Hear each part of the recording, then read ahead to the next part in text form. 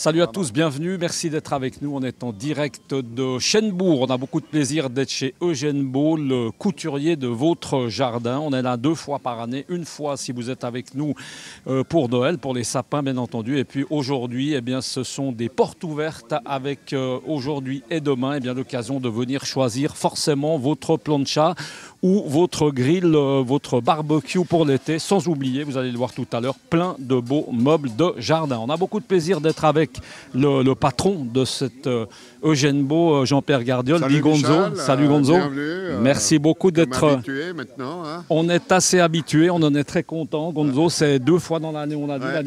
La dernière fois, c'était les sapins. Ouais. Avant de parler barbecue, parce que ça commence à sentir assez bon, un petit mot, peut-être un bilan, parce que c'est encore le moment par rapport à ces sapins, l'hiver. Formidable. Le client très fidèle, tout. Beaucoup de sapins vendus, une bonne ambiance comme d'habitude. Livré à domicile chez eux, pas de soucis.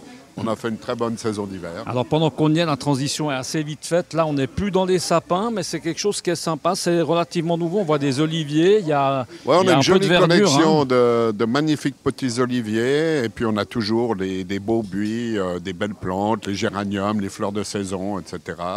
Bien diversifié. Hein.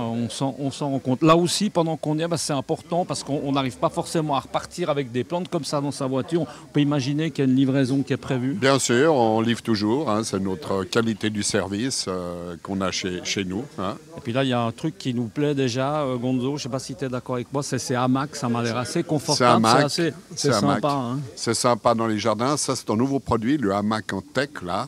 Comme ça, on dirait qu'il est assez difficile tout, mais il est super confortable quand on vient l'essayer.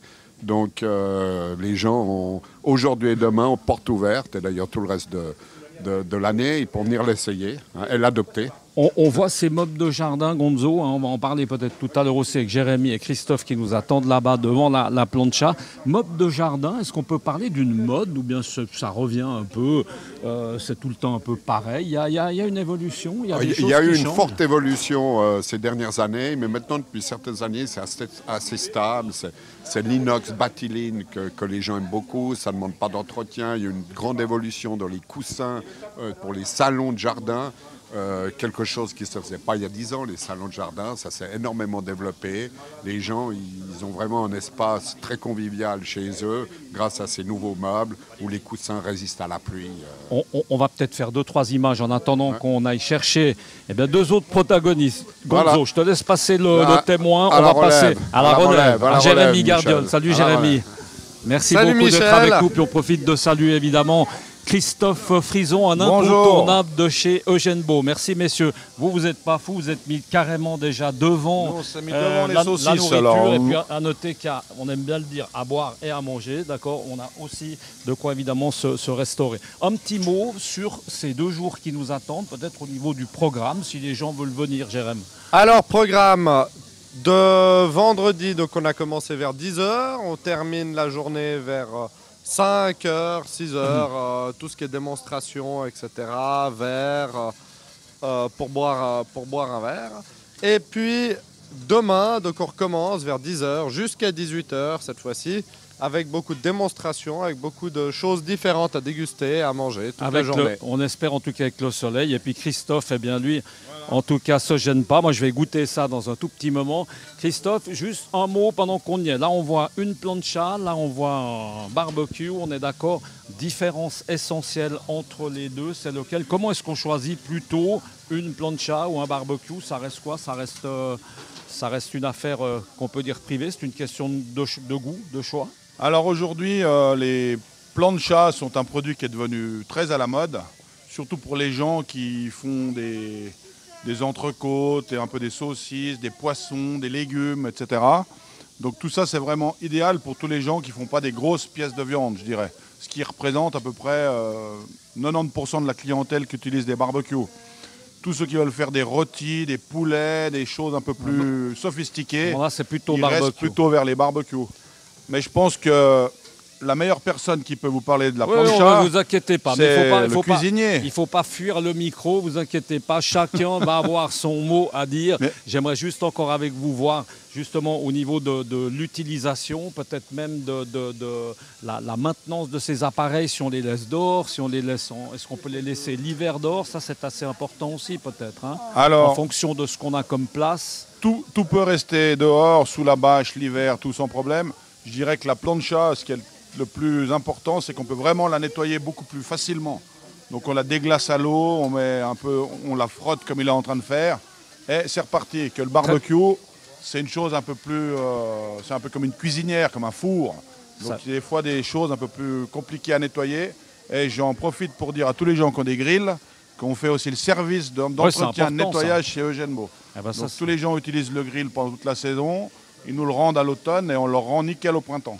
Merci beaucoup Christophe. On va vous séparer, on va vous reprendre ce petit jouet, puis on va aller vers Michel, un habitué de l'endroit. Bonjour Michel.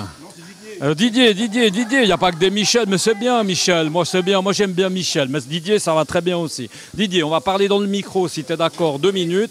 Dis-nous un peu à l'utilisation, comment est-ce que ça s'utilise cette plancha? Peut-être éviter de mettre le micro trop sur le feu parce qu'on risque de ne plus avoir de micro, puis le mettre devant la bouche, c'est pas mal. Pas de problème. Voilà, comment est-ce que ça s'utilise cette plancha au niveau praticité? L'avantage de la plancha, c'est que ça permet d'avoir des cuissons multiples.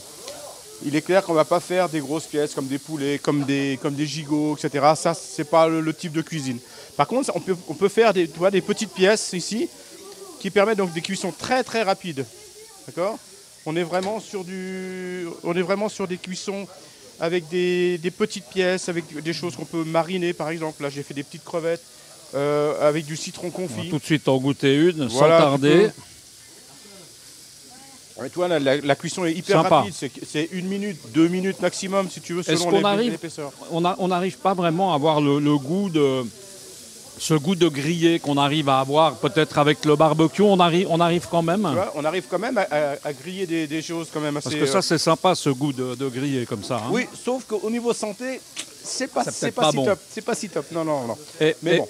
Et au niveau de l'entretien, justement, une fois que tu as fini ton travail, ça c'est important de... Hyper facile. C'est quoi? C'est un coup de... On prend une raclette ici ou une spatule en inox, par exemple.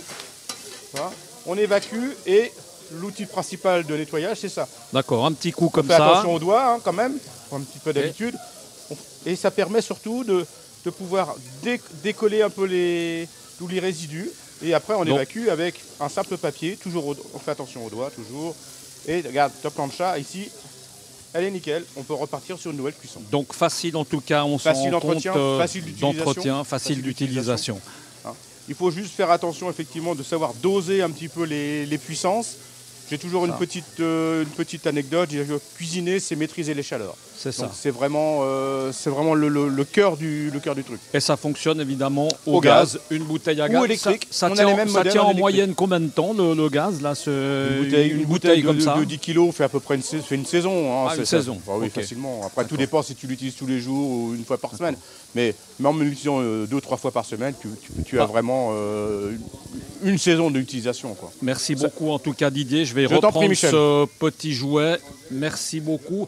Et puis nous, si vous êtes d'accord, on va se quitter peut-être encore sur quelques images de grill, vous allez le voir, et puis de barbecue à l'intérieur. Moi, je profite déjà pour vous dire au revoir. Merci beaucoup d'avoir été avec nous. Et puis forcément qu'on se retrouve avec le soleil sur l'antenne de Direct News. À très bientôt. Ciao.